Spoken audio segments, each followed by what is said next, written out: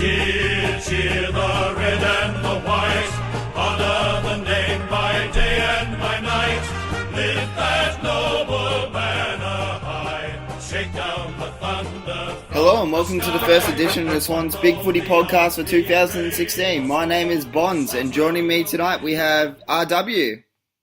Present, here. And ChunkyChicken. Hello, hello. It's been a great season so far, personally, in my view. We are second on the ladder. We've had a series of really close losses. One of them, a particularly annoying one, where we were robbed by umpires and not beaten by Hawthorn. I'm getting my anger out about that now. But let's go on to more recent circumstances and dive straight into the match on the weekend. A resounding 67-point win over Port Adelaide. Chunky, can I please get your thoughts on the game? Yeah, look, I thought the first half was really solid, really good. We worked really hard and really shut down Port Adelaide's run off half back and through the middle, and obviously Port Adelaide really struggled to score. They didn't even hit the scoreboard until the second quarter, about 8 minutes in, I think it was, in the second quarter. First quarter was a real highlight. It was really good to see us hit the scoreboard and be really aggressive in the middle and really tackle hard. It was really good to see players like Towers continue on with his form and becoming more confident throughout, trying to break the lines, always trying to play on, that sort of thing. The form of McVeigh is definitely improving. Hanbury, definitely back to his better self, where he wasn't missing targets. He was playing really good on the inside and outside and providing that best part of him without turning the ball over. And to be frank, we haven't really missed any of the ruckmen that we recruited from West Coast, so it's been really good. And RW, your thoughts on the game? Not too much to add to what Chunky said. I mean, the first quarter, I've got to say, the two-way running was probably as good as I've seen it in quite a while. I think it was just a willingness to work hard both ways. I think when like we talk about the first quarter, we held them scoreless, but even when Port got the ball, they just had nowhere to go. I mean, that was partly because they didn't really have a clue what to do with it. But I think our setups were really good in terms of preventing them from getting out, and I think that contributed to the lopsided inside 50 count. And I think just the work rate. I think just the highlight of this season in general has just been the work rate across the board. And I think it's almost getting up to what it was in the year we did win the flag. I mean, I don't know if we can talk about that later. But in terms of individual players, one Chunky didn't mention is Aliir Aliir. I think it's been mentioned a couple of times on the board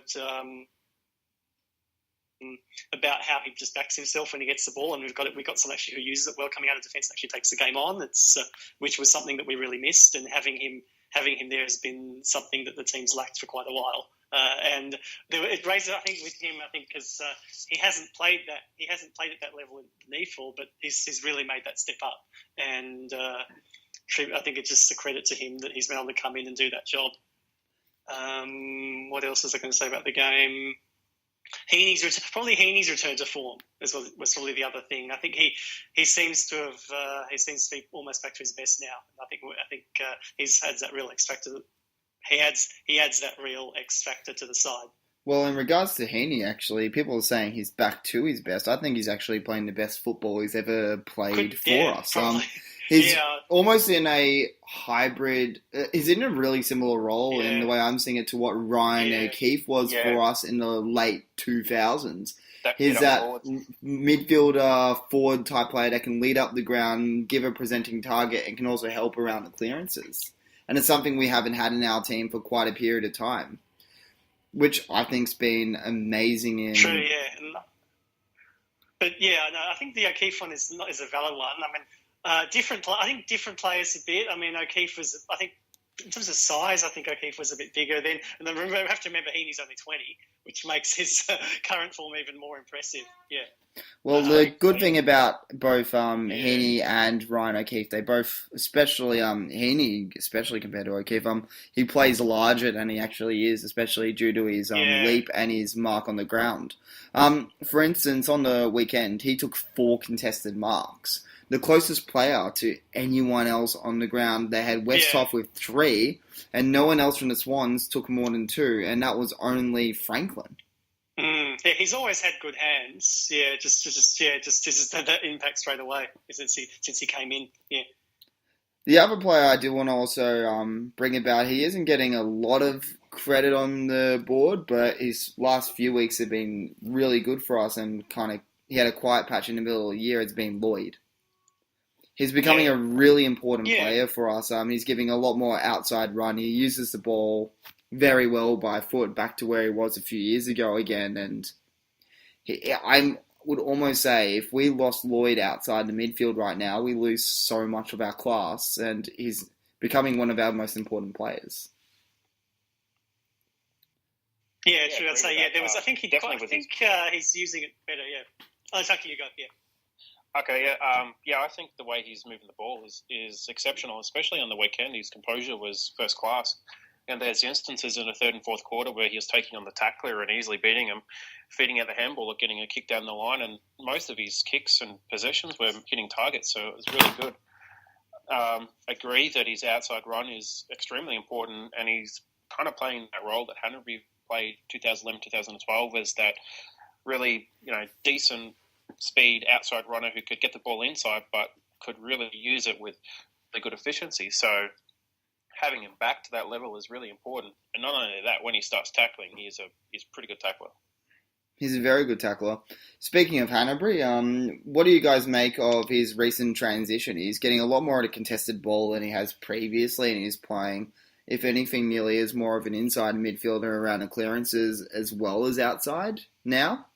There was a really good post on the board by, I believe it was Bedford, I think it was. It was. Yeah, comparing him to Paul Kelly in some ways. And in all honesty, I'm actually seeing it. Bedford really opened my eyes on it, and I have to agree.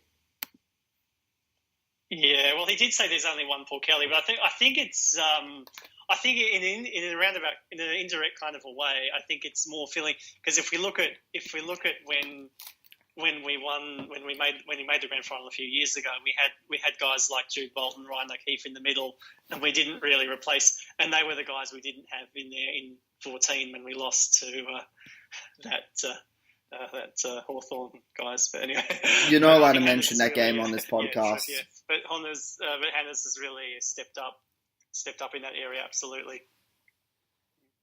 Yeah, he's this season he's been exceptional. I mean, there was a couple of games in the middle section of the season when it looked like he might have been physically hampered. He was still racking up a lot of contested balls, still getting it, but he was butchering it by foot and just constantly turning it over. That Carlton game, for example, especially in the last quarter, he couldn't hit a target by foot to save himself. This game, excellent. Couldn't really fold him on anything. And he kind of reminds me of what Kieran Jack was giving us back in 2012, that sort of outside sort of pace and ability to use a ball, that blend of being able to go inside and get it. It's a little bit harder when you don't have a player like Adam Goods or Ryan O'Keefe or Jude Bolton, that really sort of hard, tough inside players who can tackle and get the ball, but doing pretty well, I'd say. Yeah. I would almost say the point about his kicking is probably a bit overdone because really, because I think the point of what Hannes has been doing is actually getting to more contests. So even though his disposal maybe lets him down a little bit, but the fact that he's actually getting there, and we're winning, he's winning balls for us that we wouldn't otherwise win. So even if the disposal, he might not have the disposal efficiency that some other guys do, it's still it's still more than makes up for it. Yeah, if that makes sense. Yeah, that's kind of what the point. That's kind of what I was trying to say in the thread, but sometimes it's a bit hard to put into words. Yeah, absolutely agree, and I think he's giving us that unique balance of inside-outside. Like, you look at his pace; he's not the fastest, but he's not the slowest either. Yeah. And his hands are clean most of the time. I can't really think of too many other players in the league that have that unique blend of really good inside play and really clean, fast outside play as well.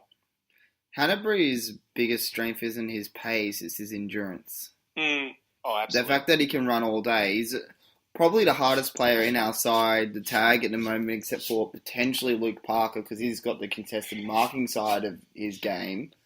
But because he can outrun most taggers and basically burn them off their feet. Yeah, and not only that, if they're tagging him, he'll just go inside where you can't really tag inside. All you can do is block it contest. That's really it. Now, speaking of Parker, here's the other real highlight for me over the last few weeks. He's started really getting back to that early season form. He's taking contested marks again. He's finding the ball almost at will, hitting the scoreboard, and right now, I feel as if nearly our entire finals campaign may actually hinge on Parker's form. When he had that downturn in the middle of the year where he was struggling for form, that's when we started losing some games. Well, he had a leg injury though, didn't he? He had a knock, I believe, and that may have affected his form, and he may be just getting over it now. It's probably not a coincidence. So it really just highlights how important he is to our side right now. Oh, I agree 100%. And having him back in form is, the icing on the cake. It's excellent, really. And you're right, the contested mark ability, especially going forward, and that was early in his career, that was the one thing that really set him apart was, he could go inside and get the ball, but he could also go forward and take really good marks, and he could play really tall as well, and just that ability to kick goals, kind of like what we had with Josh Kennedy, like 2011 to 2013. It's been really good, and having him back in form is extremely important, especially last year when we lost him right before the finals and the midfield struggled, especially moving the ball forward. We just didn't have any other targets. Franklin was out. We lost Reed. We lost Parker. We lost Kieran Jack, so we lost a bit of that outside ball movement. McVeigh was out of form. So having these players in form is, you can see what happens, But we're not second by accident or anything like that. Yeah.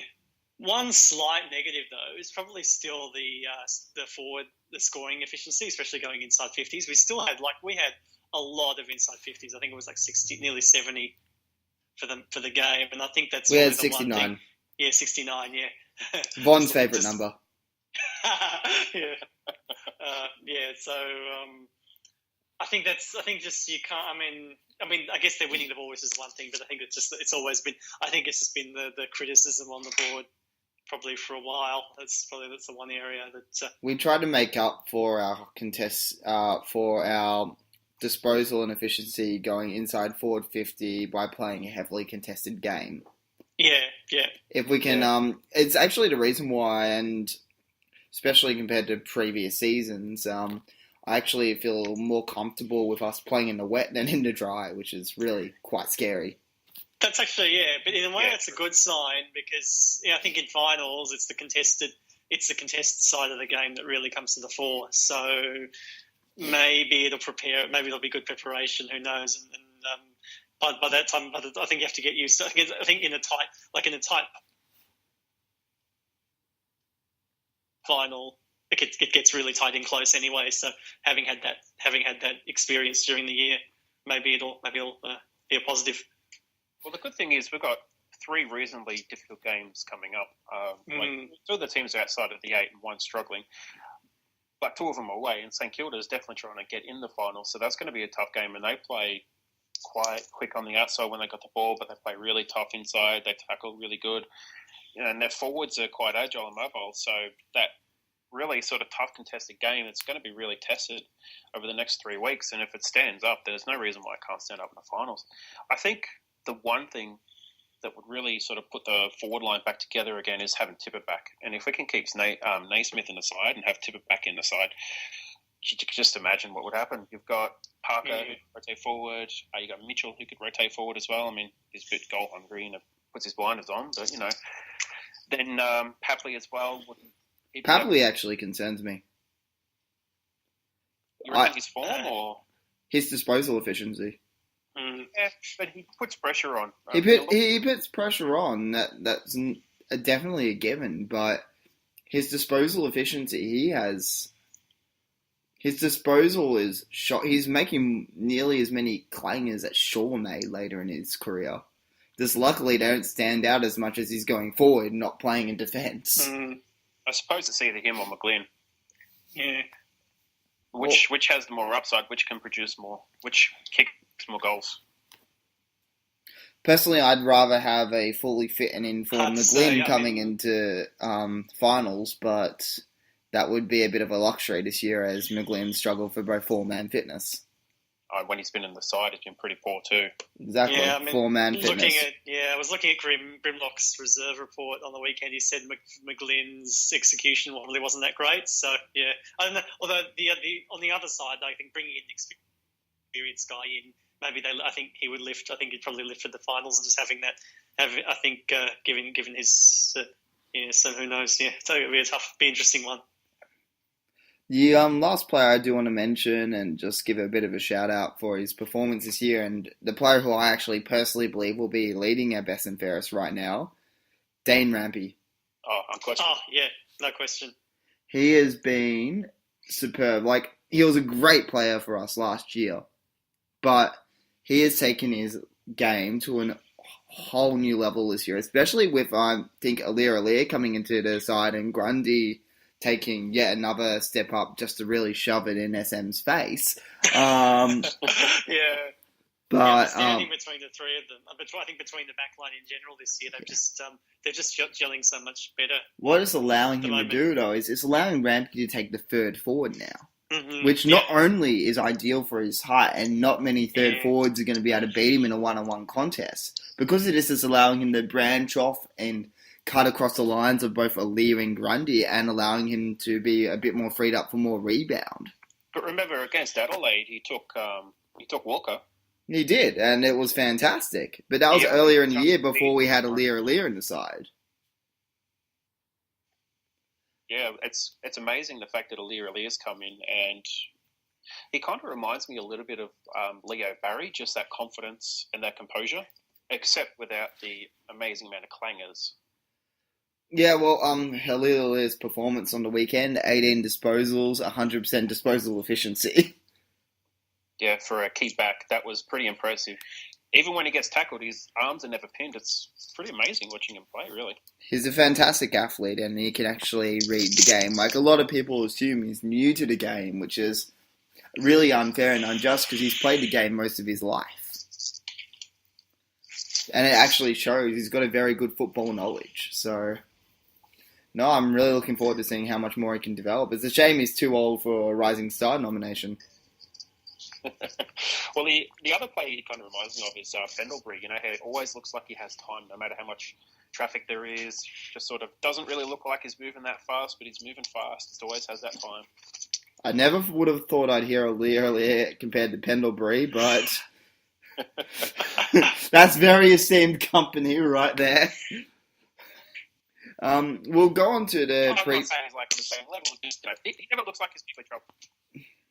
We'll go on to a preview of this weekend's game. I was touching on it a little bit earlier. We are coming against an informed St Kilda side who are very dangerous and very strong, especially at Etihad Stadium, where they've won 7 of their last 8 matches and 32 of their last 37 matches at Etihad, which is a really strong home record. Not to mention, they've got a mobile forward line and a very strong midfield that could give us a lot of trouble. I mean, you tell any team in the league that they've got a man up on Bruce, Membry and Rewalt, you're in a fair bit of trouble. Last team to beat us at Etihad too. Oh, how far back was that? What, you mean 2012? Yeah, 2012, yeah. Well, we have beaten them every year there since. We have, but it's going to be a tough game. I think we've been 2011, not 12. I'm pretty confident. 2011 was when we beat them, but they beat us. I think it was. I think I have to double check. No. I remember because I was at the game and I put a post in the forum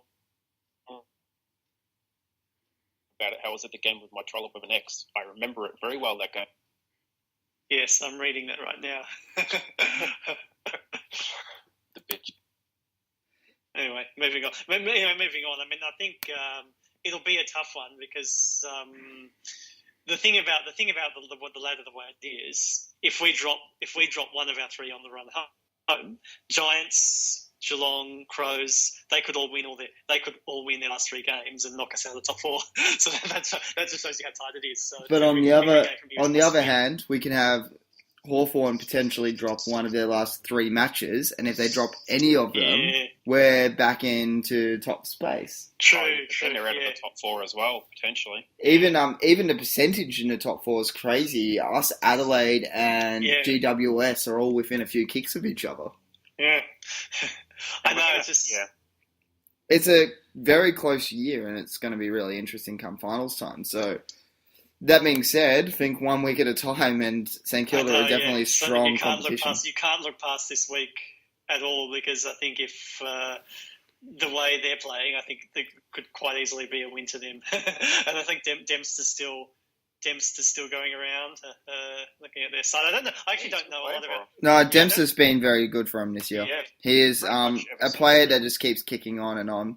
Yeah, I don't know. I have to admit, I don't know a lot about their side. But I think someone like Jack Stephen, he's going to be a handful to shut down. Stephen was actually quelled really well on the weekend. Yeah.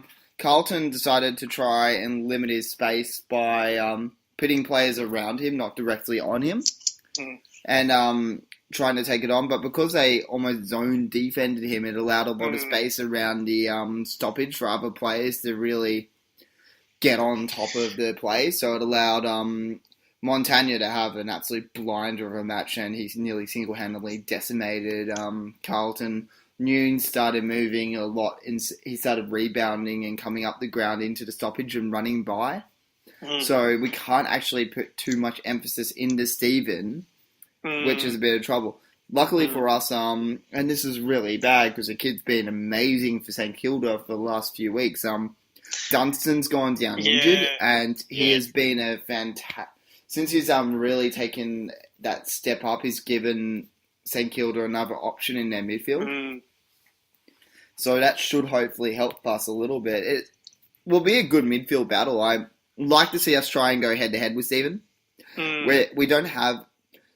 I guess the closest player we'd actually have to him would be Hanbury. They're pretty similar. Stephen's a bit more explosive, but Hanbury can gut run a little bit more. So maybe they'll put Mitchell against him like Mitchell's done a few times against other players of that sort of kind.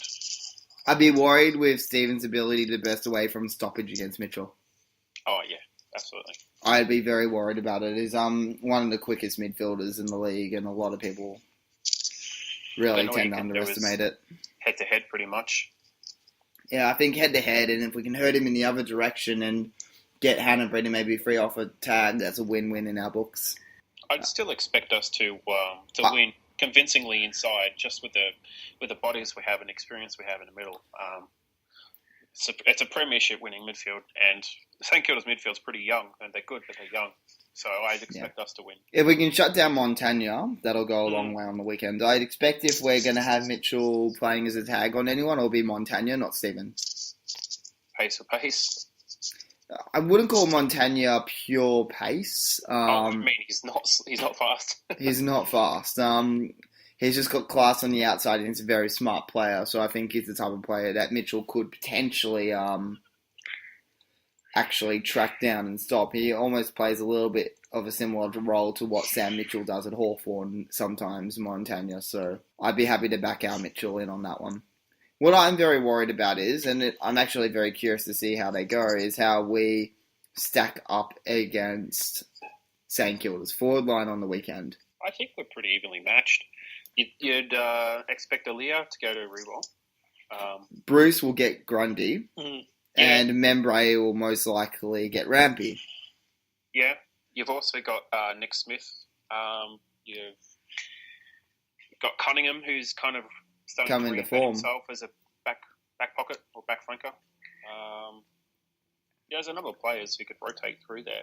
And they're all mid-sized forwards. They're not big forwards either. Good point, yeah. I do worry a little bit about Rewalt and Aliir. I'll be honest, I think Rewalt might use some of his experience to really lose Aliir in traffic. We'll see how that goes. And as Grimlock has pointed out on the board a few times, whilst Aliir is great at spoiling someone on the lead, he can be a bit prone to a one-on-one contest. Oh, it's experience, though. That's what he needs. Yeah. So it'll be a good learning experience for him on the weekend. I do like Grundy on Bruce. I think he'll do quite well there. Membray on Rampy is an interesting one. If they're 1-on-1, I like Rampy's chances. But you can't give Membray too much space because, as we know from seeing him in our reserves for all those years, he's got one of the best kicks that's ever come into the AFL. Yeah. You give him half a dozen chances, he's going to hit you for half a dozen goals. So I'm very scared about Rampy trying to rebound off Membray and leaving him open. So I'm really hoping that some of our players can cut across and try and fill that gap at times on the weekend. Well, he's not the tallest player. He is reasonably quick, but he's not the tallest. No, the Membray's an interesting one. He isn't that overly quick, actually. He almost plays as a key forward for someone who's about 186 centimetres. If anything, I'd liken him similar to maybe Darling a little bit, but a bit smaller and a far better kick. It's a bit of a shame we had to get rid of him, but he would have never gotten the chances he needed that he's gotten at St Kilda that he did at the Swans, so... Well, we did him a favour, and good on him for taking it with both hands. Yeah. You can always look at maybe Mills. Mills could potentially take him. Mills will get destroyed in a 1-on-1 by Membray. I know. That is nightmare-inducing. That'd be a yeah, that's not the matchup I'd like either. I think maybe it's almost a type of game that it'd be really nice to have Layla slotting back into the team, but whether he's over his injuries and if he needs to play another week or two in the reserves...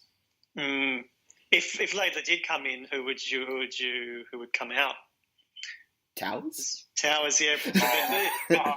I can hope. But you'd lose a forward for a defender. Would you send someone else forward? No, in all honesty, I think our defense is probably pretty set at the moment, so they won't make too many changes. I think if you're to take someone out of the team, it will be one of those mid-sized players down forward. So yeah. The ones that really, in my mind, would either be Xavier Richards, and I'd like to keep him there as that extra tall option. Yeah. Then you've got maybe Papley, as I mentioned, his disposal has been pretty shocking recently, but he does add pressure. I don't think they're going to be dropping Hewitt anytime soon. He looks like he may be in need of a bit of a rest, but he was pretty good on the weekend again. So that leaves, and fingers crossed, Towers. Hopefully I don't have to see him again. Wow, he's actually been good, you know. I know people say he's been good in that, but I've got a short memory, and when the pressure's on, I don't trust him. Reece Shaw 2.0. At least he's one of the few who will take the game on whenever he can. Yeah. That's true. Yeah, the forward line's an interesting one because I think we've kind of been forced to rely on guys like Xavier Richards and Dean Towers. I mean, they played their role. I mean, they played their role, but yeah, finals with finals coming up, yeah, it'd be interesting to see. Yeah. So I don't actually think we'll be dropping Dean Towers. I'll say it with a grain of salt. He did very well on the weekend, but I'm still wary about him come finals time, but I think they'll keep him in the team. Longmire seems to like him a bit. I do think if we are going to drop someone for another defender, it'll probably be between Xavier Richards, Papley, maybe George Hewitt. I really like what Xavier Richards is bringing into the team, though. He's giving us another option. He's taking another key defender away. Well, and he's got... When Tippett comes back, yeah, I can see... He comes back, right? He's going to come in... Like, you'd expect him to come in for Nankervis. Definitely. Reed's not going to come back. And if he does come back, he's not going to be match fit. So he'd be that... he's slotting for Xavier Richards. And, for people with short memories, Xavier Richards couldn't really get a game as a defender because it just wasn't big enough. And he's only been playing as an actual forward for half the season. So what he's doing is really quite amazing. No, Xavier Richards, I've been really impressed with him. I personally want to keep him in the team as long as possible. I think he's been a great pickup for us this year. Anyways, we'll go on to we'll start wrapping it up and give our final predictions for this weekend. So, see you. I was going to say predictions. I'm going to say Sydney by 12. And best on ground? Parker. And sure thing? Sure thing. The board will melt down when Membry kicks the goal. Okay, Chunky? I reckon, I don't mean to be too arrogant, but I reckon Swans in a canter by at least 6 or 7 goals. Okay, so the Swans by 6-7 goals. Pendlebury, best on ground. And my sure thing would be Franklin, 5+ goals. Okay, my final prediction for the weekend, Swans by 17 points. Best on ground, I'm going to give to Parker. And sure thing, Membre to go goalless. Okay. And prevent the board meltdown. Thank you for listening and have a great night.